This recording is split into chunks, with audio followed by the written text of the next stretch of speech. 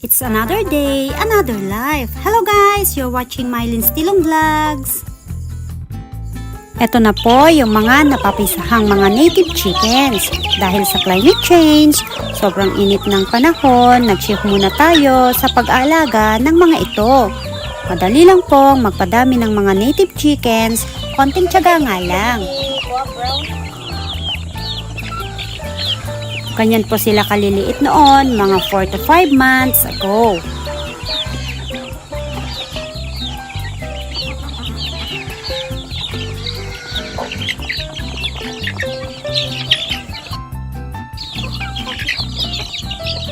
At heto na po sila ngayon.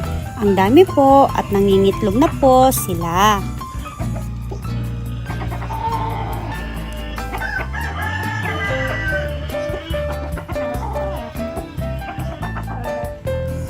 Sa dami ng mga itlog namin, naisipan ko pong gumawa ng maalat na itlog or salted eggs para di na po tayo bibili sa merkado publiko. Ito po yung mga itlog na na-harvest ko. Una sa lahat, hugasan po natin ang mga itlog guys. Ilubog natin sa tubig at ito po ang pamamaraan ko para ma-check kung ito po ay fresh, pabugok at bugok.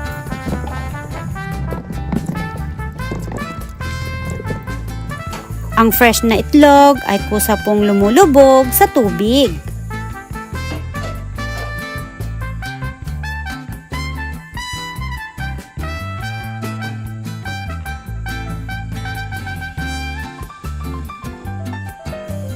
Heto guys, pagmasdan nyo yung itlog na ginagalaw o tinuturo ko sa tubig.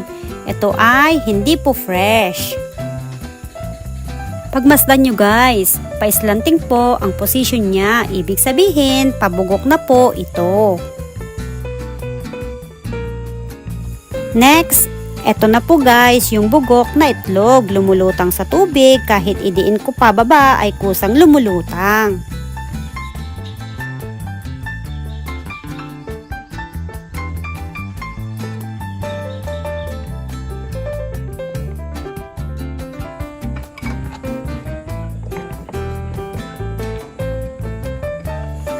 Ito po yung mga fresh eggs na gagawin natin na salted eggs.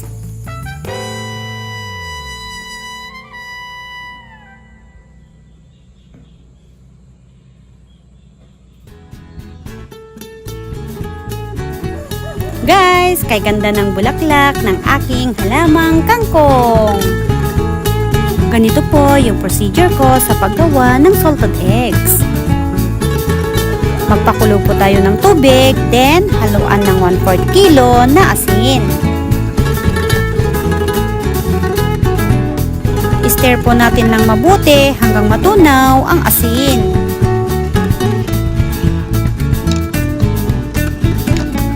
Pag na-dissolve na po ang asin, tulad niyan, ay iset aside muna natin at palamigin.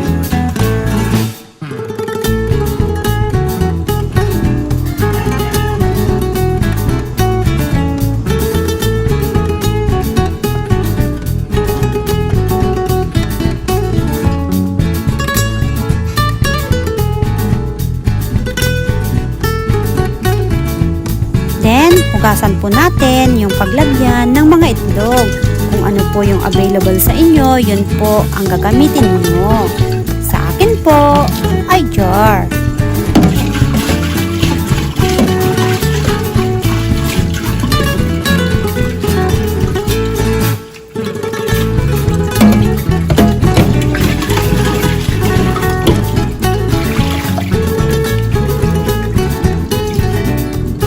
At guys, isalansan na po natin ng dahan-dahan ang mga itlog sa loob ng jar.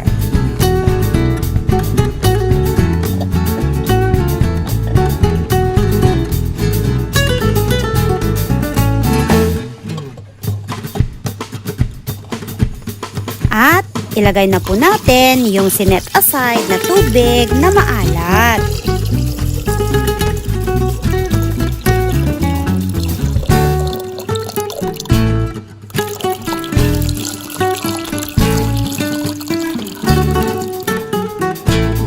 Lagyan po natin ng ice bag sa ibabaw, gaya ng ginagawa ko para lumubog ng husto ang mga itlog.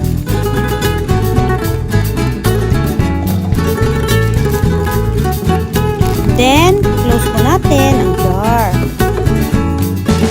I-preserve po natin ito ng 18 to 25 days sa room temperature o sa hindi po mainit na lugar. Tulad yan guys oh!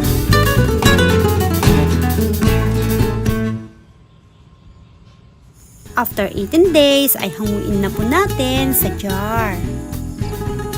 Hugasan po ulit natin at hinati ko po sa dalawa.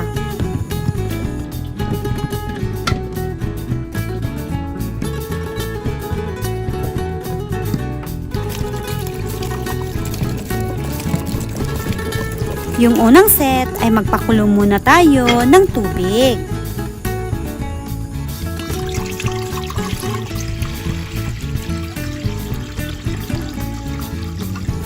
At ilagay po natin ang mga itlog.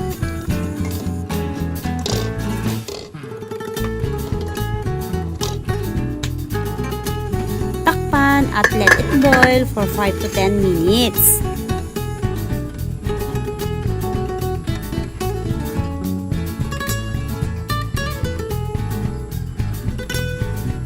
Ito na po guys, luto na po at hanguin na po natin. Siya nga pala, marami pong benepisyo ang salted eggs guys. Nagtataglay po ng nutrients o mayaman sa vitamins, minerals, healthy fats, and protein na nagbo-boost ng ating immunity, energy, brain at muscles.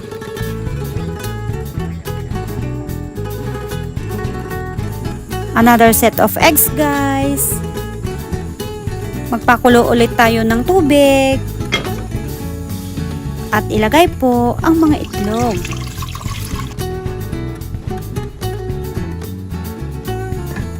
Pag kumulo na, lagyan po natin ng 1 tablespoon of vinegar.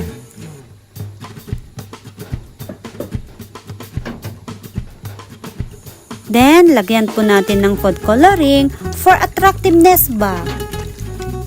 I-enjoy natin ang pagkain ng salted eggs pero in moderation lamang kasi po nagpapataas ng sodium, cholesterol kung masobrahan natin. Mabilis lang po ang paggawa ng homemade salted eggs na pwede sa hapagkainan o sa nais nyong gawin. Masarap pong haluan ng kamatis, kalamansi with sili at iba pa. Organic eggs po ang ginamit ko guys. Kumbaga, from my bakuran to table. Nakatipid po tayo sa ating budget. Again, thank you for watching guys. It's me, Mylene. See you next vlog. Bye!